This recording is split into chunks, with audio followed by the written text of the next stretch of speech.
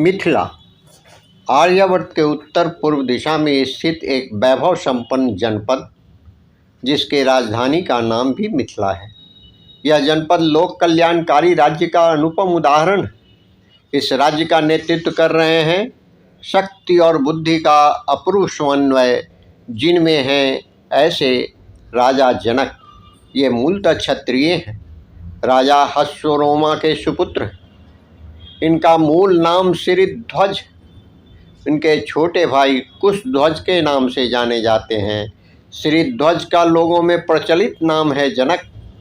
अत्यंत विद्वान महर्षि अष्टावक्र के शिष्य, क्षत्रिय होने पर भी ब्राह्मण्य में पारंगत, अनेक ब्राह्मणों को दीक्षा भी दी है। निमि वंश के इन दो राजाओं श्रीध्वज और कुशध्वज के परिवार में कुछ ऐसे संयोग हैं कि दोनों की दो दो पुत्रियां हैं।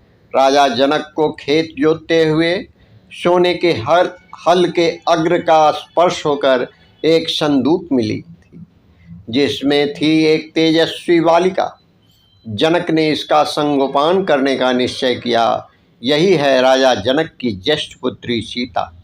अत्यंत बुद्धिमान, तेजस्वी, सुंदर और ममतामयी, सभी अस्त्र शस्त्रों में पारंगत। राजा जनक के परिवार में एक वंश परंपरागत धनुष, जिसे प्रत्यक्ष भगवान शंकर ने धारण करके वृत्रासुर का वध किया था।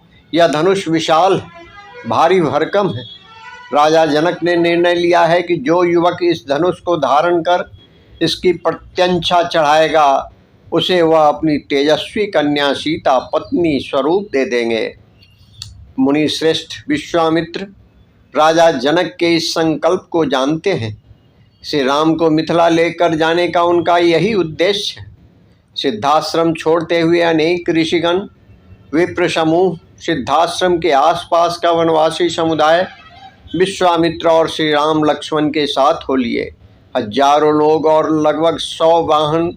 कुछ अंतर काटने के पश्चात महर्षि विश्वामित्र ने चुनिंदे ऋषिगण छोड़कर सभी को वापस लौटा दिया। प्रवास करते हुए यह सब मिथिला पहुँचे। मिथिला नगरी के बाहर एक वीरान पड़े आश्रम के पास जब विश्वामित्र ने कुछ समय रुकने के लिए कहा, तो श्री राम का कौतूहल जागृत हुआ। उन्होंने उस आश्रम के बारे में विश्वामित्र से पूछा। मुनि श्रेष्ठ ने बताया कि यह गौतम ऋषि का आश्रम था और यहाँ पर उनकी पत्नी अहिल्या को उन्होंने शाप दिया था। किंतु यह भी कहा था कि जब श्री राम यहाँ आएंगे तो वह पुनः अपने मूल रूप में प्रकट हो सकती है। श्री राम के उस आश्रम में प्रवेश करते ही अनेक वर्षों से कठोर तपस्या में रत अहिल्या दैदीप्यमान रूप में सामने आई। उनका स्वरूप दिव्य था, प्रज्वलित अग्निशिखा जैसा दिख रहा था। श्री राम के दर्शन से उनके शाप का अंत हो गया। मध्यम वशो दुराघर्षादीप्तां सूर्यप्रभामिव शाही गौतम वाक्येन दुर्निरीक्षा बभुवः। त्रयाणामपि लोकानां यावद्रामस्य दर्शनं शापस्यान्तमुपागम्य तेषां दर्शनमागता।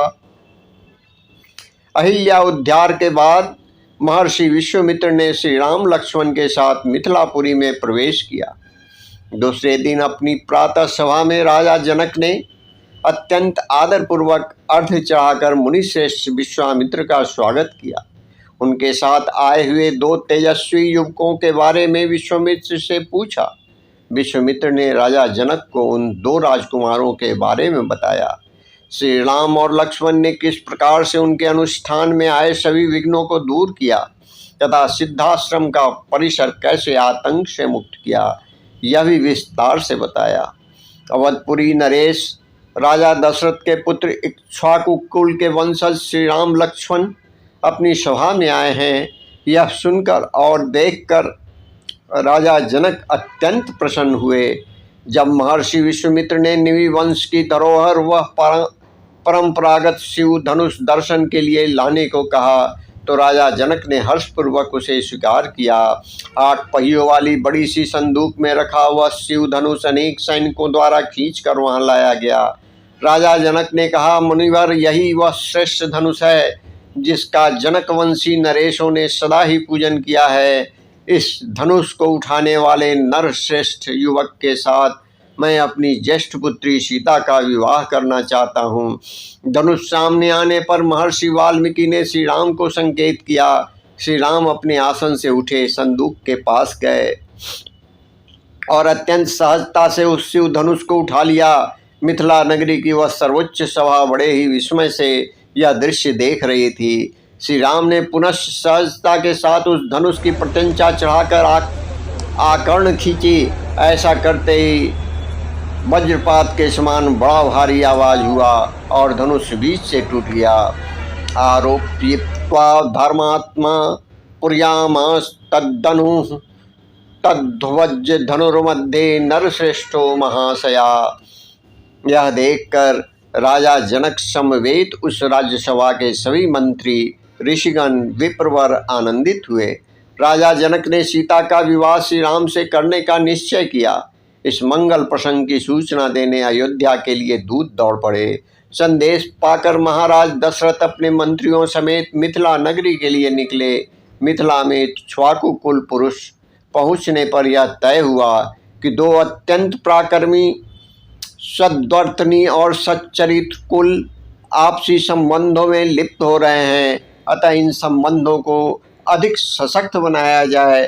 तदनुसार राजा जनक अर्थात श्रीध्वज की कनिष्ठ कन्या उर्मिला का विवाह लक्ष्मण के साथ तय हुआ। साथ ही राजा जनक की कनिष्ठ भ्रातरा कुशध्वज की पुत्री मांडवी का विवाह भरत तथा श्रुतकीर्ति का विवाह शत्रुघ्न के साथ निश्चित हुआ।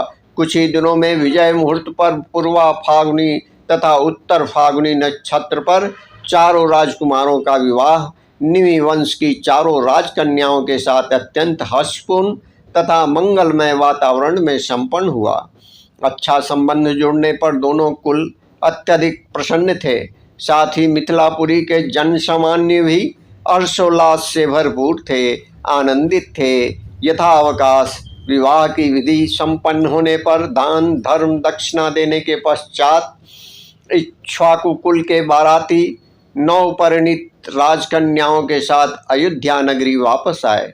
बारात के आगमन पर अयोध्या नगरी ही नहीं, पूरा कौशल जनपद तोरण पताकाओं से पल्लवित था। प्रत्येक नगरवासी ने अपने घर के सामने पानी छींककर रंगोली सजाई थी। वातावरण में एक अभूतपूर्व आनंद की लहर दौड़ रही थी। अयोध्यापुरी में आने के और कुछ दिन विश्राम के पश्चात भरत और शत्रुघ्न अपने मातुल गृह माँ के घर चले गए। राजा दशरथ श्री राम लक्ष्मण के साथ राजकाज की चर्चा करने लगे। श्री राम सीता का संसारिक जीवन आनंद से व्यतीत होने लगा। अपने चारों पुत्रों का विवाह होने के कारण महाराजा दशरथ के मन में अब निवृत्ति के विचार आने लगे।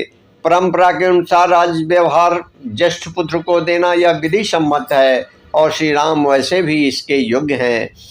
शस्त्रों में तो वह निपुण है ही, सदा ही वे शांत चित रहकर मीठे वचन बोलते हैं। अपने पराक्रम पर उन्हें किंचित मात्र भी अभिमान नहीं है। वे सत्यवचनी हैं, विद्वान हैं, सदा वृद्ध और विद्वानों का सम्मान करते हैं। प्रजा का श्री राम के प्रति और श्री राम का प्रजा के प्रति बड़ा अनुराग है। न चानृत कथो विद्वान विद्वान प्रतिपूजक अनुरक्त प्रजाभिश्च प्रजाश्चाप्यनुरज्यते। अतः ऐसे राजपुत्र को राज्याभिषेक कराकर कौशल राज्य की व्यवस्था सौंपना ज्यादा उचित है। राजा दशरथ के मन में अब श्री राम के राज्याभिषेक की अभिलाषा बारंबार जागृत होने लगी। अथ राज्ञो बभूव एवं वृद्धस्य चिरंजीविना प्रीतिरेषा कथम रामो राजा श्यान्मयी जीवति। किंतु यह सब प्रक्रिया से होना चाहिए। इस हेतु राजा दशरथ ने कौशल जनपद के विभिन्न नगरों में निवास करने वाले प्रधान पुरुषों को बुलावा भेजा।